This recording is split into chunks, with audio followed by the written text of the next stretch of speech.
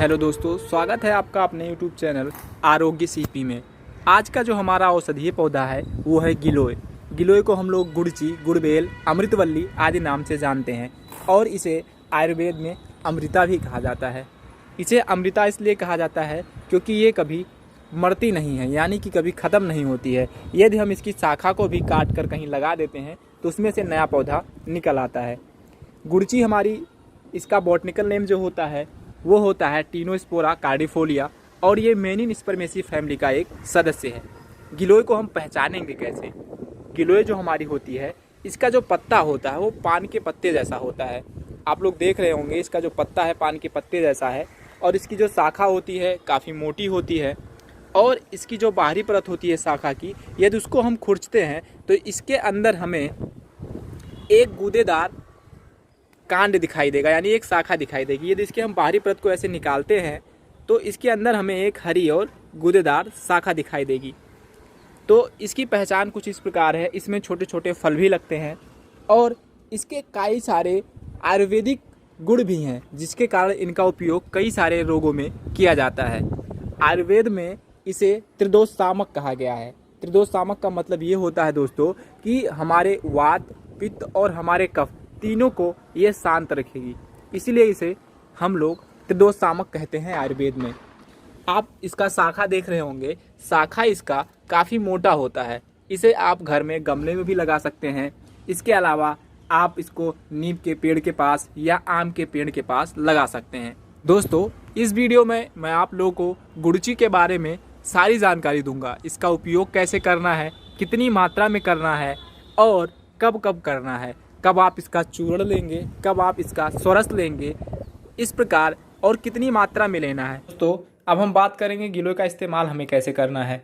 गिलोय को इस्तेमाल करने के लिए हमें, अगर हम इसका काढ़ा ले रहे हैं, इसका काढ़ा अगर हमें पीना है तो गिलोय को हमें लगभग इतनी बड़ी गिलोय को लेना है। उसके बाद इसको छोटे छोटे टुकड़ों में काट लेना है। जैसे हम अदरक को छोटे छोटे टुकड़ों में करके और चाय में डालते हैं उबलने के लिए, ठीक उसी प्रकार इसको भी छोटे छोटे टुकड़ों में कर लेना है और उसके बाद से करीब 2 गिलास पानी में उबलने के लिए रख देना है। जब हमारा पानी करीब आधा गिलास बचे तब हमें गैस को बंद कर देना है और छान कर उसे पीना है। किसी की आँखों में प्रॉब्लम रहती है वो भी सही हो जाएगी। हमारी जो गिलोय होती है वो एंटीबैक्टीरियल है, एंटीवायरल है, यानी कि अगर किसी भी प्रकार का हमें कोई बुखार है या तो बैक्टीरिया की वजह से है या तो किसी वायरस की वजह से है तो वो भी हमारा ठीक हो सकता है। इसके अलावा हम चूर्ण का भी इस्तेमाल करते हैं, जैसे गिलोय चूर्ण भी आता है, गिलोय की गोली भी आती है, उसका भी हम इस्तेमाल कर सकते हैं। दोस्तों, अब हम बात करते हैं इसके औषधीय प्रयोग और मात्रा की विधि के बारे में। दोस्तों, अगर किसी को नेत्र रोग है तो उसमें हम 10 मिलीग्राम गिलोय के स्वरस को लेंगे, उसमें शहद व सेंधा नमक 1-1 ग्राम मिलाएंगे और उसको खूब अच्छी तरीके से घिसेंगे, यानी कि खरल आता है, आयुर्वेद में खरल होता है, जिसके माध्यम से उसको घिस कर नेत्रांजन बनाया जाता है। नेत्रांजन का मतलब होता है दोस्तों कि काजल, आँखों में लगाने वाला काजल। तो इस प्रकार हमें नेत्रांजन तैयार करना है और उसे आँखों पर लगाना है। इससे जितने भी नेत्रगत रोग होंगे, यानी नेत्रों में होने वाले रोग होंगे, वो नष्ट हो जाएंगे। गिलोय रस में त्रिफला मिलाकर, त्रिफला में आंवला, हरड़ और बहेड़ा, ये तीनों चीज़ों का पाउडर होता है। तो गिलोय का रस लेना है, उसमें त्रिफला मिलाकर उसका काढ़ा बना लेना है। काढ़ा बनाने के लिए आपको, जैसे हम लोग गिलोय का काढ़ा बनाते हैं ठीक उसी प्रकार इसका भी काढ़ा बनेगा। उसमें हम लोग गिलोय के रस को लेंगे और त्रिफला को मिलाएंगे, उसके बाद से 1 या 2 गिलास पानी में उबालेंगे। जब 1/4 भाग हमारा बचेगा, यानी कि अगर हम 2 गिलास पानी ले रहे हैं, जब हमारा आधा गिलास पानी बचेगा तब तक हमें उबालना है। उसके बाद से जो है उसको ठंडा कर लेना है। ऐसा करने से वो हमारा काढ़ा बनकर तैयार हो जाएगा। तो गिलोय त्रिफला को लेना है, उसमें जो है पिप्पली चूर्ण, पिप्पली यानी कि पाइपर लॉन्गम इसका बॉटनिकल नेम होता है, पिप्पली आती है, उसका चूर्ण लेना है और शहद मिलाकर प्रातः सायं, सुबह शाम सेवन करना है। ऐसा करने से नेत्रों की जो ज्योति है वो बढ़ेगी। यदि किसी को आँखों की समस्या होती है तो वो दूर हो जाएगी। यदि हम बात करते हैं कान के रोगों के बारे में, किसी किसी के कान में काफ़ी सारे मैल इकट्ठा हो जाते हैं, तो उसको दूर करने के लिए आपको गिलोय को पानी में घिस लेना है, गुनगुना करके।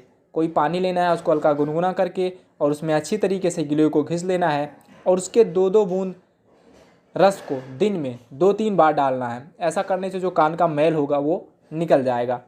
यदि किसी को धूप में घूमते फिरते रहने से पित्त प्रकोप हो जाता है और उसे उल्टी होने लगती है, तो ऐसे में गिलोय के रस को 10 से 15 ml लेना है और उसमें 4 से 6 ग्राम तक मिश्री मिलाकर सुबह शाम सेवन करना है। ऐसा करने से उनकी जो उल्टी होगी वो शांत हो जाएगी।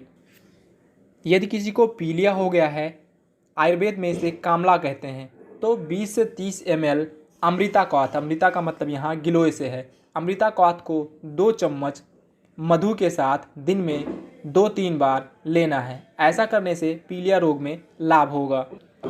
गिलोय के 10-20 पत्तों को पीसकर 1 गिलास छाछ में मिलाकर और उसे छानकर प्रातःकाल पीने से पीलिया रोग में भी लाभ होता है।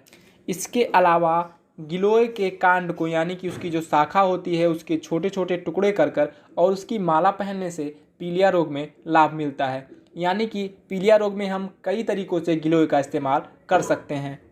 यदि किसी को डायबिटीज़ है तो हम इसका सेवन लगातार कर सकते हैं। यदि किसी को पुराना बुखार है, यानी कि 6 दिन से बुखार आ रहा है या इससे भी अधिक समय से बुखार आ रहा है, तो ऐसे में 40 ग्राम गिलोय को अच्छी तरह कुचलकर मिट्टी के बर्तन में रख कर 250 ml पानी मिलाकर रात भर ढक कर रखते हैं। प्रातः इसे मसल कर छान कर इसका उपयोग करते हैं। 20 मिली की मात्रा में प्रतिदिन 2 या 3 बार इसे पीते हैं। ऐसा करने से पुराना बुखार भी ठीक हो जाता है। यदि हम गुड़ची के पाउडर का प्रयोग लगातार करते हैं तो इससे हमारा जो आंतरिक ज्वर होता है, यानी टाइफाइड होता है, इसमें भी ये लाभ करता है। मलेरिया में गुड़ची सरस का प्रयोग अत्यंत लाभदायक होता है, क्योंकि डेंगू या मलेरिया जब होता है तो हमारी जो प्लेटलेट्स होती हैं वो कम होने लगती हैं। ऐसे में गुड़ची हमारे प्लेटलेट्स को भी बढ़ाता है और हमारे बुखार को भी दूर करता है।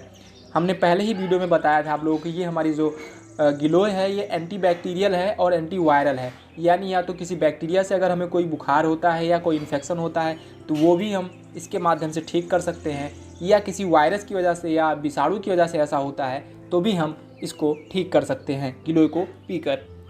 इसके अलावा भी हमारे आयुर्वेद में गिलोय के काफ़ी सारे प्रयोग बताए गए हैं। जो प्रयोग मैंने आप लोगों को बताया ये काफ़ी मुख्य प्रयोग थे जिसका उपयोग हम लोग करते हैं। दोस्तों, मैं आप लोगों को ये बताना चाहूँगा, इसका जो प्रयोज अंग होता है, यानी कि प्रयोग करने वाला जो अंग होता है, वो हमारा इसका पत्र होता है, इसका कांड होता है, कांड मतलब इसकी शाखा होती है, और इसका पाउडर होता है। यानी कि इसके पंचांग को भी हम यूज कर सकते हैं। पंचांग में इसकी जड़ आ जाएगी, इसका तना आ जाएगा, इसका पत्ती आ जाएगा, इसका पुष्प आ जाएगा और इसका फल आ जाएगा। हम इस 5 चीज़ों का उपयोग कर सकते हैं। अगर हम क्वाथ ले रहे हैं या इसका काढ़ा ले रहे हैं तो इसकी जो मात्रा होनी चाहिए वो 20 से 30 ml होना चाहिए। यदि हम इसका स्वरस ले रहे हैं यानी इसका रस ले रहे हैं तो इसकी मात्रा 20 ml होती है, और हम यदि इसका पाउडर ले रहे हैं तो इसकी मात्रा 3 से 6 ग्राम होनी चाहिए। दोस्तों, उम्मीद करता हूँ ये वीडियो आपको पसंद आई होगी। ऐसे ही इंटरेस्टिंग और अपने हेल्थ से जुड़ी वीडियोज़ को देखने के लिए और औषधीय गुणों वाले पौधों के बारे में जानने के लिए आप हमारे YouTube चैनल को ज़रूर सब्सक्राइब करें। मिलते हैं अगले वीडियो में, तब तक के लिए नमस्कार दोस्तों।